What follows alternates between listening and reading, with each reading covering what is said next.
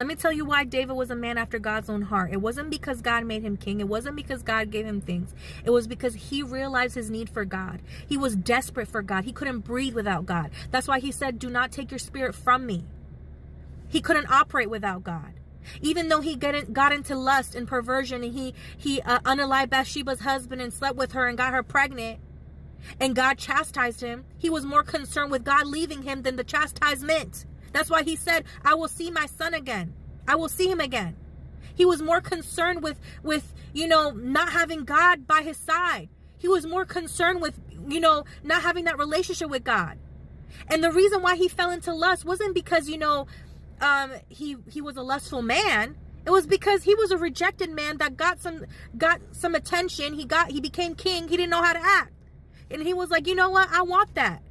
Let me tell you why he was rejected. That's why when Samuel went and he was looking at his brothers, Jesse, David's dad, was like, well, I got one over there. I mean, these are all the sons I got, but I got one. He's over there with the sheep. Why was he over there with the sheep, but the other ones are over here? You aligning the other ones for Samuel to pick. And then even Samuel was judging. He was like, ooh, surely this brother's the one because he's fit. And God's like, no, that's not the one I picked. Don't look at the outer appearance. I look at the heart. God was looking at David's heart. God was looking at the heart that he had for him. And David became king. He started feeling himself a little bit. He probably had some trauma, some rejection going on. And he was like, you know what? I could get the girl I want. And then he messed up. But then he realized, oh, snap. My relationship with God, that's more important than anything else. And so I'm saying all this because you can do the right thing. You can be a Christian and read the Bible, quote scripture and do all these things, but your heart is far from God. When God tells you to do something, you over here doubting or questioning him. When God tells you to make a leap of faith, or you're supposed to make a leap of faith, you don't trust him.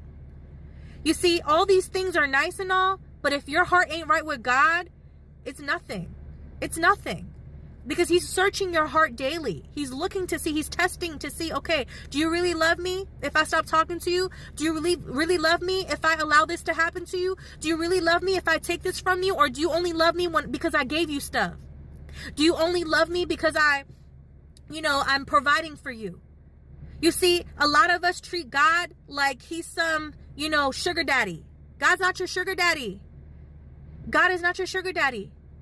Ask God to show you your heart. God, show me where my heart's at. Show me what I need to do, what I need to get rid of. God, clean me.